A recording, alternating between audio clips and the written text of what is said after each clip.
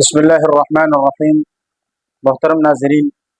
پہلے یہ آپ ویڈیو ملاحظہ فرمائے، اس کے بعد چند باتیں عرض کرتے ہیں۔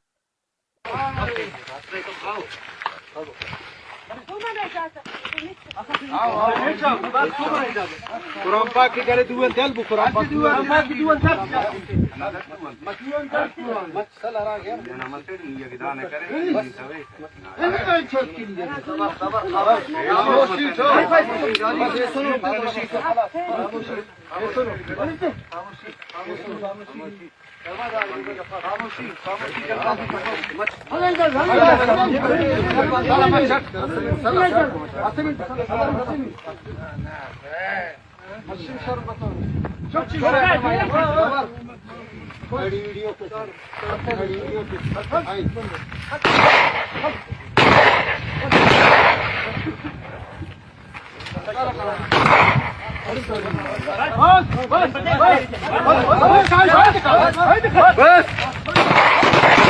یہ ویڈیو آپ نے دیکھی، اس ویڈیو میں بلوچ خاندان کی ایک لڑکی جس نے اپنے والدین کی اجازت کے بغیر نکاح کیا، اور اس نکاح کے نتیجے میں گھر والوں کو پتہ چلا تو انہوں نے اس لڑکی کو سب کے سامنے یعنی کھڑا کر دیا اور اس کو گولی مار کے اس کی جان لے لی۔ تو اس کو ہمارے معاشرے میں بھی اور بلوچ خاندان میں بھی یہ ایک غیرت سمجھی جاتی ہے کہ ایک لڑکی نے ہماری اجازت کے بغیر کیوں کسی لڑکے سے نکاح کر لیا اور اس کو پھر قتل کر دیتے ہیں۔ اس کو ہم غیرت نہیں بلکہ جہالت کی انتہا کہیں گے۔ اس لیے انتہا کہیں گے کہ غیرت دراصل وہ چیز ہوتی ہے جس کو رسول اللہ صلی اللہ علیہ وسلم نے بیان کیا، جس کو اللہ سبحانہ وتعالیٰ نے بیان کیا ہے۔ اس کے علاوہ کوئی ایسی چیز جو اللہ سبحانہ وتعالیٰ نے بیان کیا یا نبی صلی اللہ علیہ وسلم نے بیان کیا، اس سے ہٹ کر کوئی اور چیز زیادہ غیرت والی نہیں ہو سکتی ہے۔ میں اس حوالے سے ایک مختصر حدیث آپ کے سامنے عرض کرتا ہوں۔ صحیح بخاری کی حدیث ہے، حضرت مغیرہ رضی اللہ تعالیٰ عنہ ارشاد فرماتے ہیں کہ حضرت سعد رضی اللہ تعالیٰ نے ایک دن پوچھا، یا رسول اللہ، کہ انہوں نے یہ بات بتائی کہ میں اگر کسی غیر مرد کو اپنی بیوی کے ساتھ دیکھوں گا تو میں تو اس بندے کو تلوار کے پچھلے حصے دھار سے نہیں، پچھلی طرف سے نہیں بلکہ سیدھے والی طرف سے ماروں گا، مطلب یہ کہ اس کو قتل کروں گا اور اس کو جان سے مار دوں گا۔ یعنی میں غیر مرد کو اپنی بیوی کے ساتھ دیکھوں تو رسول اللہ صلی اللہ علیہ وسلم ان کی یہ غیرت دیکھ کر تعجب کیا، اور صحابہ سے بھی فرمایا کہ کیا تم سعد کی غیرت پہ تعجب کرتے ہو؟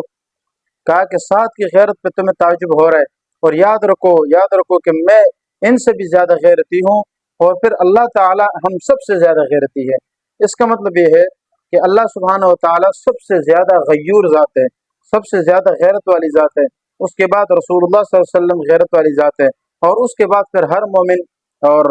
وہ غیرت والا ہے، اور اس لیے کہ غیرت یہ ہونی بھی چاہیے اور یہ ایمان کا حصہ ہے۔ لیکن غیرت کے نام پر جہالت کو فروغ دینا یہ انتہائی درجے کی غلط بات ہے۔ نکاح اور زنا، ان دونوں میں ہر بندہ جانتا ہے کہ زمین و آسمان کا فرق ہے۔ صرف دو بول دینا ایجاب و قبول، اس سے آدمی نکاح کر لیتا ہے، تو اس میں اور زنا میں زمین آسمان کا فرق ہوتا ہے۔ ایک بندہ، ایک عورت ہے وہ زنا کرتی ہے، اور دوسری طرف ایک عورت ہے وہ نکاح کرتی ہے، تو اس لیے دونوں میں کیا ہے؟ فرق ہے۔ اور فرق یہ ہے کہ شریعت نے اس کو مکمل اجازت دی ہے، آپ اپنے شوہر کے ساتھ جو بھی کریں، اس کے ساتھ اپنی زندگی گزارے، سب کچھ کریں، اور کوئی آپ کو روکنے والا نہیں ہوگا۔ لیکن جب دوسری طرف آپ زنا کریں گے تو زنا کے ہر قدم پر آپ کو گناہ ملے گا اور آپ قابل ملامت سمجھے جائیں گے۔ تو یہ چیز دونوں میں انتہائی فرق ہے، اور یہ ہر شخص جانتا ہے۔ چنانچہ نکاح کر لینے کے بعد کسی کو کوئی اختیار نہیں ہے کہ اب ان کو الگ کر دے جب تک کہ ان کے آپس کی رضامندی نہ ہو۔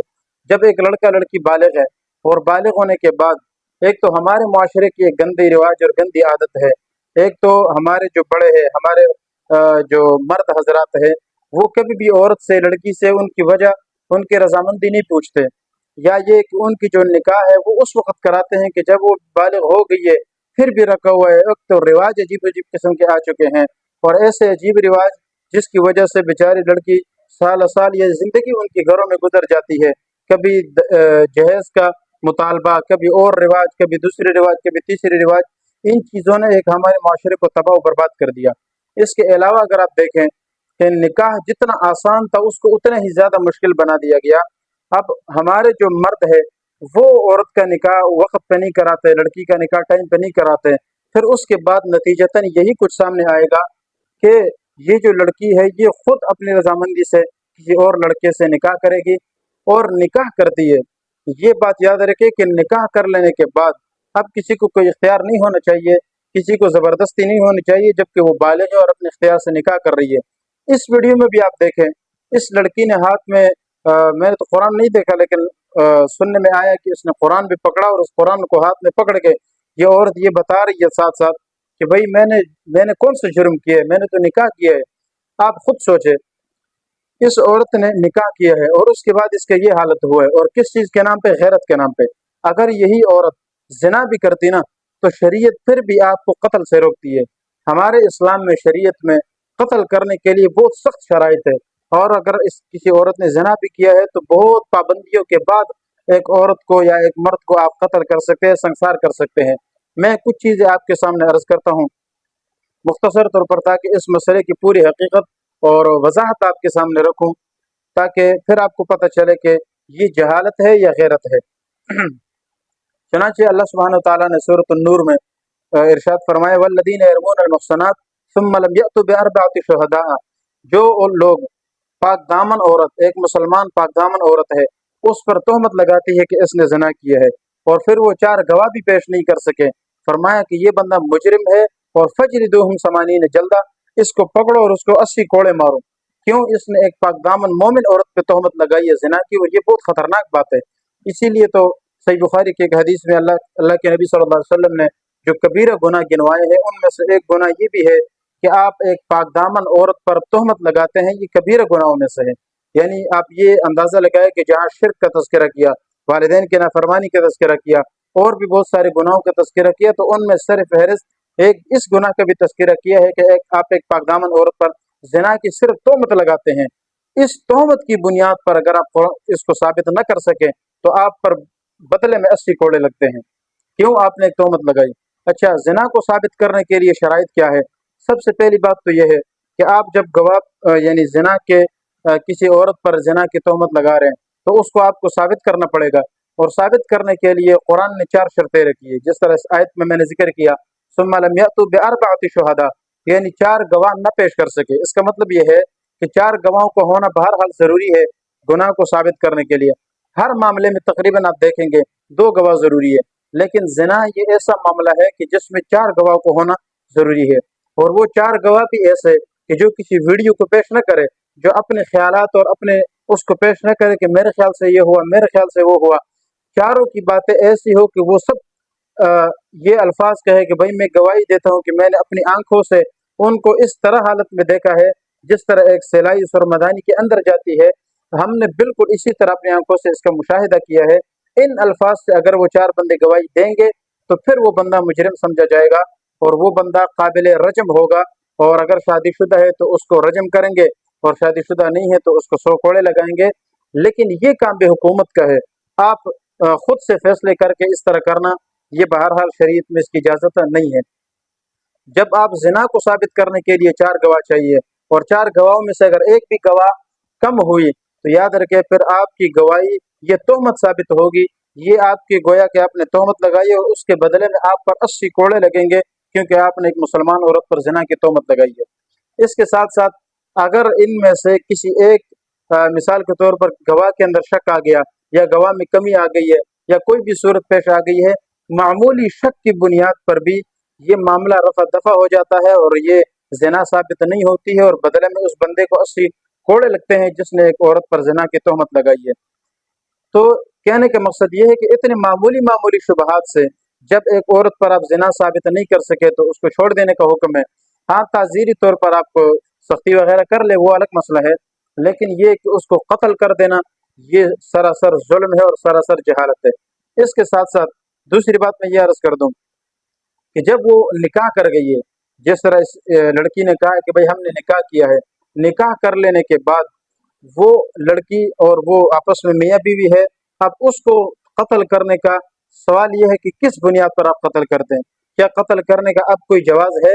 جب وہ کہہ رہی ہے ہم نے نکاح کیا ہے، نکاح کرنے کے لیے ظاہر بات ہے 2 گواہ چاہیے۔ اگر وہ 2 گواہ پیش کر رہی ہے اور بتا رہی ہے کہ بھائی میں نے نکاح کیا ہے، تو دنیا جہان کی کوئی طاقت ان کو اب جدا نہیں کر سکتی ہے جب تک کہ طلاق نہ ہو یا شوہر فوت نہ ہو جائے۔ آپ جو ہے نا غیرت کے نام پہ اٹھتے ہیں اور اپنے بچی کو قتل کرتے ہیں، اور یہ بات ہم آج سے نہیں دیکھ رہے ہیں، بچپن سے جو ہے نا ہم اپنی زندگی میں یہ باتیں سنتے آ رہے ہیں، دیکھتے آ رہے ہیں، اور آگے پتہ نہیں کب تک یہ سلسلہ چلے گا۔ اس لیے غیرت اور چیز ہے اور جہالت اور چیز ہے، تو اس لیے خدا کے لیے